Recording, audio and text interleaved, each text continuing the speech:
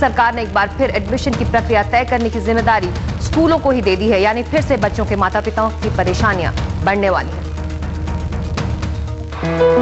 Private स्कूलों को मनमानी की खुली छूट मिल गई है। वो नर्सरी एडमिशन में जो चाहे करें, उन्हें रोका नहीं जाएगा। एडमिशन का फॉर्मूला सिर्फ स्कूल तय करेंगे। यह है दिल्ली सरकार का निर्देश। पॉइंट सिस्टम हो, लॉटरी सिस्टम या फिर 20% मैनेजमेंट कोटा की सीटें, सब पर आखिरी फैसला स्कूल का होगा। पेरेंट्स के फेवर में नहीं है। हर स्कूल को एक लिबर्टी दे दी गई है अपना रूल फॉलो करने के लिए, to be flexible with your own school policy, with your own school rule. ठीक है, पैरामीटर्स जो है वो क्लियर नहीं है, there is no transparency at all. हालांकि शिक्षा के अधिकार कानून की वजह से आर्थिक रूप से कमजोर वर्ग के बच्चों के लिए 25% सीटें रिजर्व होंगी। ये भी तय हुआ है कि आर्थिक रूप से कमजोर उन्हीं बच्चों को समझा जाएगा जिनके माँ बाप की सालाना आमदनी 1 लाख रुपए से कम हो। वहीं बाकी 75% सीटों पर स्कूल जैसे चाहे वैसे एडमिशन ले सकेगा। सरकार ने स्कूलों को सीटें बढ़ाने के लिए छूट दी है, सिर्फ उन्हें सरकार से मंजूरी लेनी होगी। कुछ स्कूल वाले भी मानते हैं कि फैसले में पेरेंट्स को कुछ नहीं मिलेगा। ये जो न्यू एजुकेशन पॉलिसी आई है, ये आरटीई एक्ट को बिल्कुल भी मद्देनजर रखते हुए नहीं बनाई गई है। इससे पेरेंट्स को ही नुकसान होगा, स्कूल वालों को फायदा ही फायदा है, पेरेंट्स को नुकसान होगा। एडमिशन को लेकर प्राइवेट स्कूलों को अब हफ्ते भर के भीतर पूरी जानकारी शिक्षा निदेशालय को देनी होगी, लेकिन फिलहाल स्कूल दिल्ली के शिक्षा मंत्री को भी पढ़ाते दिख रहे हैं। नई दिल्ली से अनिल अत्री के साथ परिमल कुमार की रिपोर्ट, एनडीटीवी इंडिया। और हमारे साथ है अशोक अग्रवाल, जो एडवोकेट हैं और साथ ही जाने माने एक्टिविस्ट। इस तरह के मुद्दों को लगातार अदालत तक पहुंचाते रहे हैं। और साथ ही माउंट कार्मल स्कूल के principal doctor VK Williams. Doctor Williams, पहला सवाल आपसे, पेरेंट्स इस वक्त ये सोच रहे हैं कि उनके लिए अब आगे क्या, आप एक स्कूल को रिप्रेजेंट करते हैं, पेरेंट्स को किस तरह का आश्वासन देंगे, कैसे उन्हें फायदा मिलेगा इस फैसले से? देखिए, मैं तो बहुत आभारी हूँ परमेश्वर का कि जो प्राइवेट अनएडेड स्कूल्स हैं उनको फिर से उनकी ऑटोनॉमी को ध्यान में रखा जा रहा है, उसका उनके अधिकार को माना जा रहा है। और 10 साल पहले जो पेरेंट्स को कोई तकलीफ नहीं थी, वापस वही युग आ रहा है। इसके लिए प्रभु की स्तुति हो, क्योंकि कुछ थोड़े से असंतुष्ट अभिभावक थे जिन्होंने एक संघ बना लिया, और कितना सरकार का टाइम बर्बाद हुआ, कितना जुडिशरी का टाइम बर्बाद हुआ, किंतु अंत में कोई फल नहीं निकला। तो यदि आप प्राइवेट स्कूलों को छोड़ करके गवर्नमेंट स्कूलों के ऊपर ध्यान दें तो वो और भी अच्छा होगा भारत के हित में। स्कूलों की बेहतरी की बात कर रहे हैं डॉक्टर विलियम्स, यहाँ अशोक अग्रवाल जी। अशोक अग्रवाल, क्या आप मानते हैं कि इसे स्कूलों के लिए ये बेहतर फैसला है, और कुछ गिने चुने पेरेंट्स को ही शिकायत थी इस पूरे मसले पर?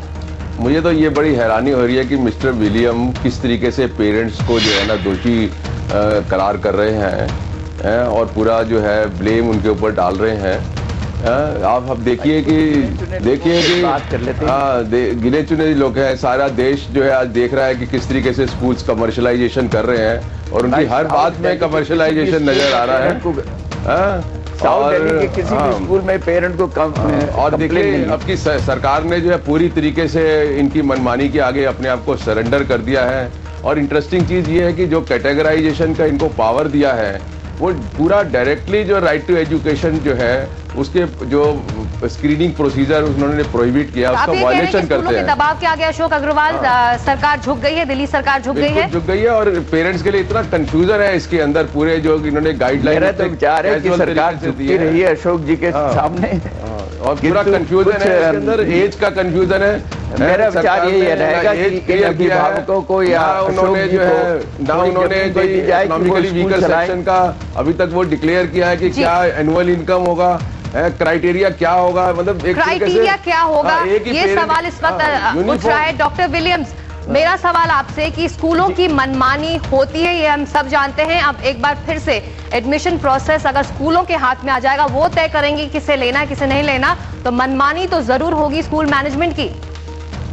देखिए, मनमानी की बात नहीं है। एक प्राइवेट स्कूल को इतना तो अधिकार है ही कि वो अगर ये सीमा लगा ले कि भाई 6 किलोमीटर के अंदर जो आ रहे हैं और जिनकी उम्र 30 सितंबर 2011 को 4 साल की हो जाएगी, उनका हम लॉटरी निकाल करके कर देंगे। अगर 2000 में आए, हमारे पास 80 जगहें हैं, तो सबको सामने बुला लें और उनसे बोलेंगे भाई आप लॉटरी निकाल लीजिएगा, जिसका नाम आता है उसी समय उसको लिख देते हैं कि वो एडमिशन हो जी। जाए। अशोक अग्रवाल, क्या सब कुछ इतना ट्रांसपेरेंट हो जाएगा जैसा कि डॉक्टर विलियम्स कह रहे हैं? लॉटरी का हो रही है, ये तो कैटेगराइजेशन कर रहे हैं। कैटेगराइजेशन क्लियरली जो है एक को फेवर करेगा, दूसरे को डिसफेवर करेगा। और राइट टू एजुकेशन एक्ट की जो अशोक जी के क्लियर स्पिरिट है कि दो बच्चों को आप जो है उनमें से एक को किसी भी ग्राउंड पे दूसरे को प्रेफरेंस नहीं दे सकते। छोटा सवाल अशोक अग्रवाल जी आपसे, अगर जो पेरेंट्स सुन रहे हैं उनके लिए अब आगे का रास्ता क्या, जो परेशान है, जो समझ नहीं पा रहे कि उनको संघर्ष करना पड़ेगा। उनको मुझे लगता है सरकार के ऊपर दबाव बनाना चाहिए। और हम लोगों ने फैसला किया है कि हम जो है अगले हफ्ते जो है कोर्ट में भी जाएंगे, इसको टेस्ट करेंगे